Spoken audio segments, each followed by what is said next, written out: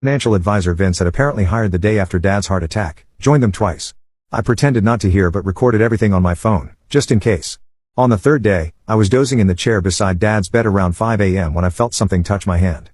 I opened my eyes to see Dad looking at me, weak but conscious. The doctors were shocked.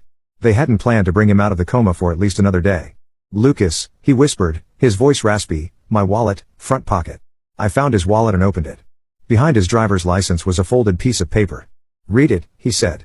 "When you're alone, tell no one." That night, after Dad had fallen back asleep and the nurses assured me he was stable, I went to my hotel room and opened the letter. Letter starts. "Son, if you're reading this, something's happened to me. There are things you need to know, things I've hidden from everyone for over 30 years. First, the business. Everyone thinks I've just been a construction worker and part-time bartender all these years. That's our cover.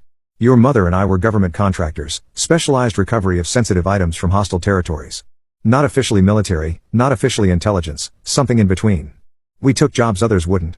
The money in my main accounts is just my legitimate retirement. The real money, the job money, is in a secure trust, $4.3 million earned one dangerous job at a time.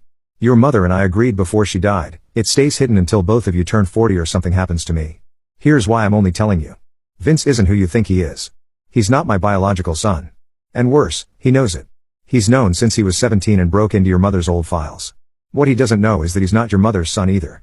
Before I met your mother, I was briefly married to a woman named Kira. She died during childbirth. Her son, Vince, survived. When I met your mother 2 years later, we agreed I would raise him as ours. We created a new history, new documents. It was easier back then. Since discovering the partial truth, Vince has been watching me, waiting for me to die.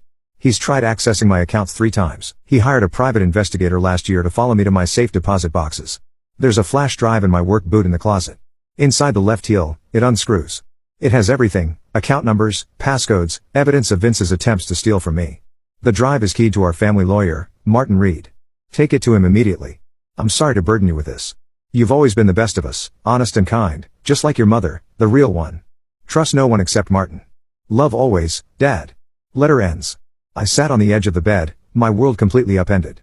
Dad, a secret government contractor, $4 million hidden, and Vince, not even my half-brother, but essentially a stranger who'd been plotting against our father for years. It seemed impossible.